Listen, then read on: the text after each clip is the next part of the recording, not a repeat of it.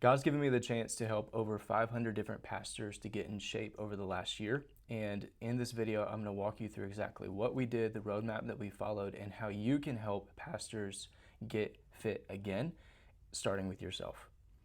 And so the problem that we've dealt with is that pastors want fitness, but they don't prioritize it.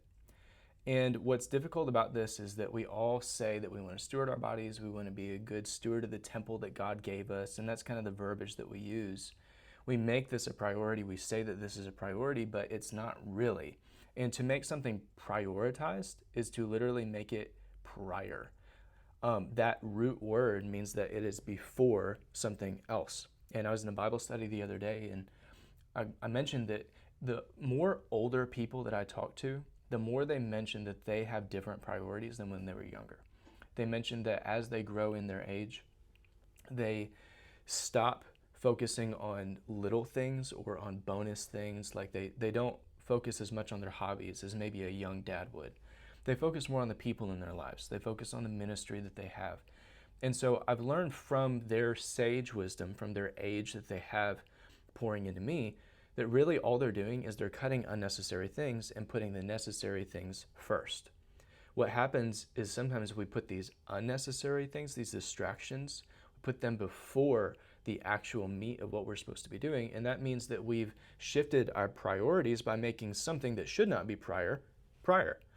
And what happens is pastors say that they want fitness and don't prioritize it. And I was in the same boat.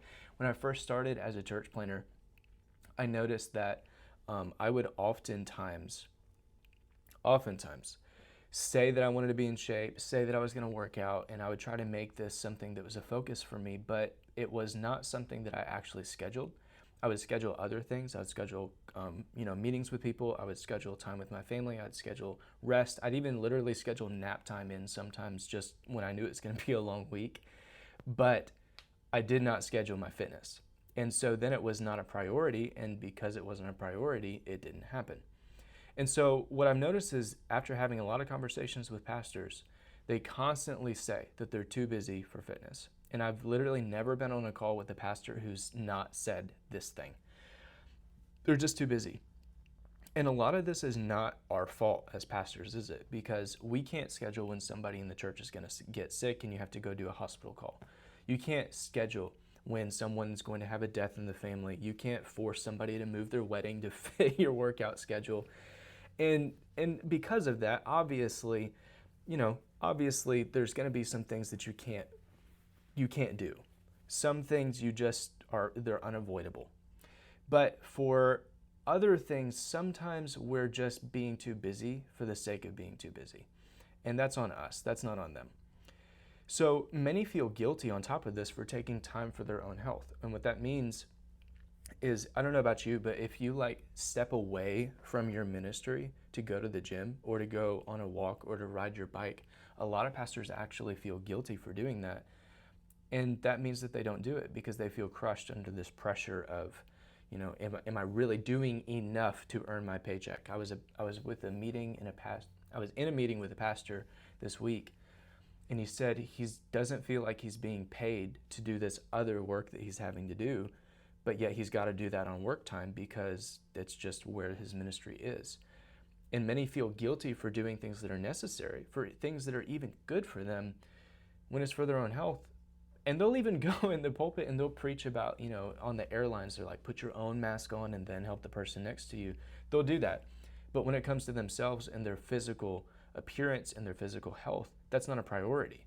They'll say it is, they'll say it should be, and they'll say that they need to make it a priority, but it's not. And the reason behind this, I've found, is that fitness is oftentimes viewed as vanity. When people think about getting in shape, they're like, I want abs. They would say, I want to look good. I want to maybe stand with more confidence. I want to have more authority whenever I speak. And so fitness has a lot of connotation towards vanity. People are saying that it's about appearances, but I don't think that's true. I think it's stewardship. I think the body that God gave you is God's. In fact, he says that. And that's why he says to glorify God in your bodies, which are God's. And what's interesting is that pastors know the benefits of fitness, but they still don't take action. And this is interesting to me because we'll tell our church people like, hey, you need to be in God's word. When you're in the word daily, when you're faithful, when you're praying, when you're doing these things right, you know that your life is going to reflect God. He's going to bless you. We'll tell them that thing, but whenever it comes time for us to do something that's equally good for us, we don't take action. And the result is that we get exhausted, we become unhealthy, and we become ineffective long term. Meaning, some people have even lost their ministries because they're either disqualified, they allow something to have a hold on them, they have a handle, they're brought under the power of something, and they can never wrestle themselves away from it. Or they end up growing sick. Many have gotten terminal illnesses or even things that they're just unable to come back from because they never cared for their health. It's never because they didn't want it. It's because they didn't prioritize it. And so I noticed this problem, and honestly, I noticed all of these problems in my own life too, because I saw myself saying, fitness is important. I'm going to get in shape this year, making the resolutions, even buying the gym memberships and going with my friends every once in a while, but not making this a priority and not scheduling it in. So what I realized is that I needed something to help me, and I realized that the other pastors around me that I saw having these same problems, they needed something to help them. So I built a pastors only fitness community, and this is completely free, and I'll just show you what it looks like real quick. This is the Fit Pastor Blueprint, and inside right now we're on a call. There's another guy in here, Justin, he's on the call with me, and we have 515 members right now. And that means that there's 515 other pastors who are endeavoring in their fitness to honor God with their bodies, to steward their bodies, not to be vain, not just to have more pride in how they look, but to honor God with the temple that He gave us. And this has, because of the community aspect, it has built-in accountability, it's got encouragement, and it's got other pastors on the same journey so that you can share with others the struggles and the victories that you have. And again, it's completely free. So if you're not already in the community, now's the time. Join the community. It's the top link in the description if you're on YouTube. And then what's happened because of this is now I've had a small platform to be able to teach fitness as a biblical stewardship model, not as vanity. And time again, I've been on calls with pastors from our community, or I've seen it in the comments, and they've been like, man, seeing this as stewardship, this is so much better than what I thought it was. I've never seen it that way. It's a phrase that I've heard over and over again. And part of this is, in the process, I realized that there's a few recurring patterns, and these patterns all fit in what I've learned in my Bible study of King Solomon. He teaches us in Proverbs and in Ecclesiastes and in Song of Solomon some very interesting things. He teaches us first that life should be lived with wisdom.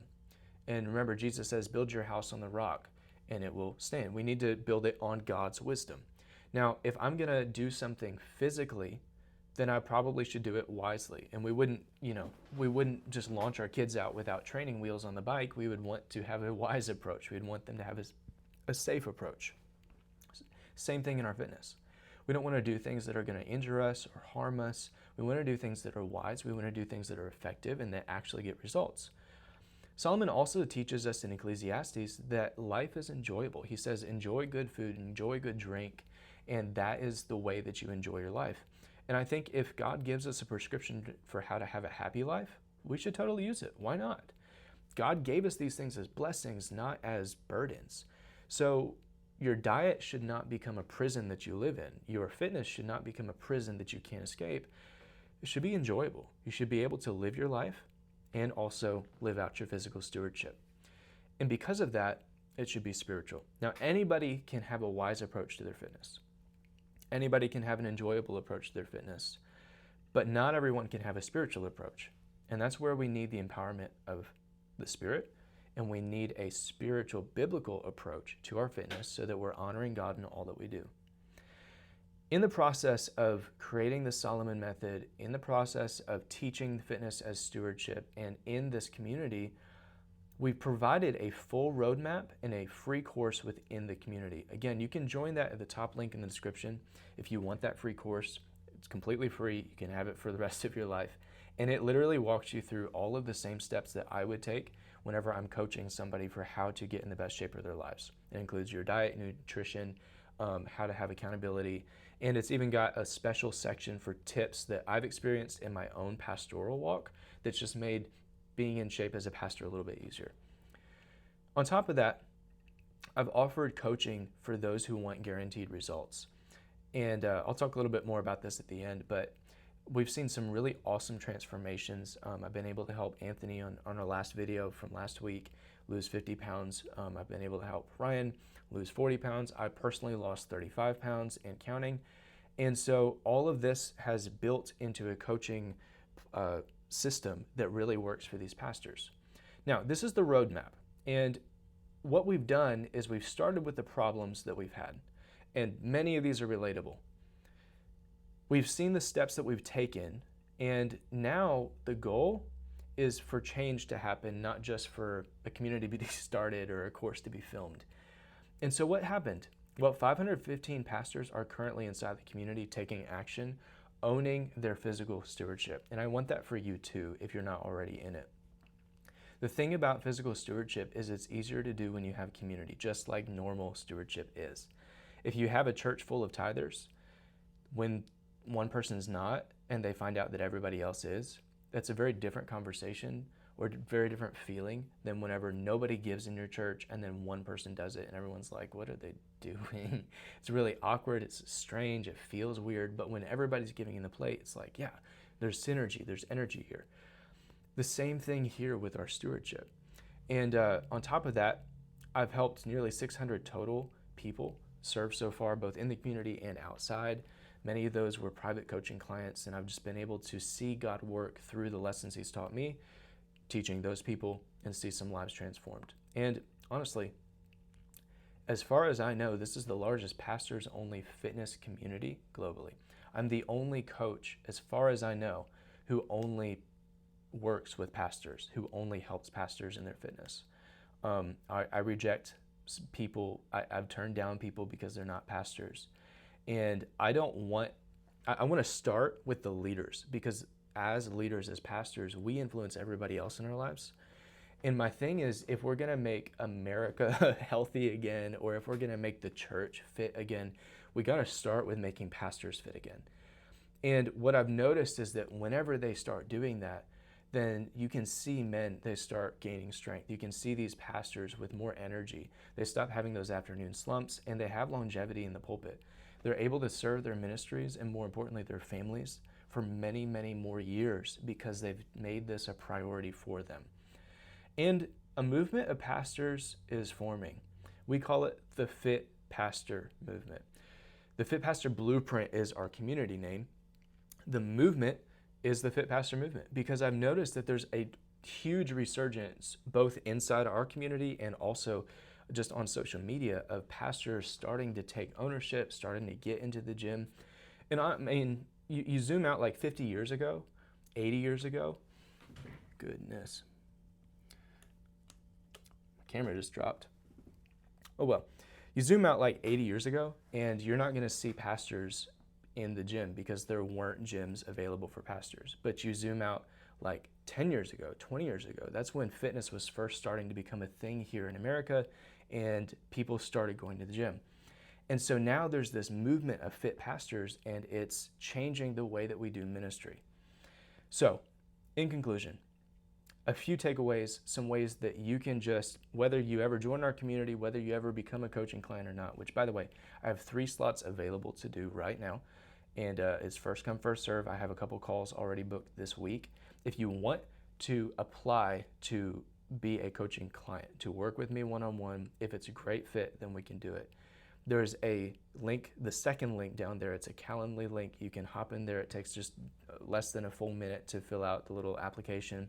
Find a time that works for you, and I look forward to talking with you soon. But in conclusion, stewardship beats motivation. Stewardship is a totally different mindset than motivation. If I'm always having to be motivated, then I'm not going to be disciplined, because motivation is a feeling that I have. It's an emotion that I experience, not a lifestyle that I've built. Stewardship is. You don't feel motivated probably ever to budget your money, but you're a good steward of what God's given you, therefore you obey. Wisdom beats hustle. I can really work my tail off, but if I'm working on the wrong thing really hard, I'm still not going to get where I'm supposed to go. It's like running as fast as you possibly can down the wrong trail and expecting to still end up in the right destination. It's not a reality. You need wisdom in order to make sure you end up in the right destination. And finally, community beats isolation. If you've been trying to get in shape yourself, whether you're inside the community, our Fit Pastor Blueprint or not, being a part of the community is going to make it much easier. Because like we talked about earlier with the tithing example, when everybody else is doing what you're trying to do, there's this synergy, there's this energy that you experience, this excitement. It might not be stewardship, but it is motivation at the very least. So when it's time to steward and you don't want to, now you have a community that's holding you accountable and that's giving you some gas, some wind in your sails. And this makes everything easier. That is how we have been able to help 515 different pastors and counting get in the best shape of their lives. And that's how I'm hoping you will help make pastors fit again, starting with yourself.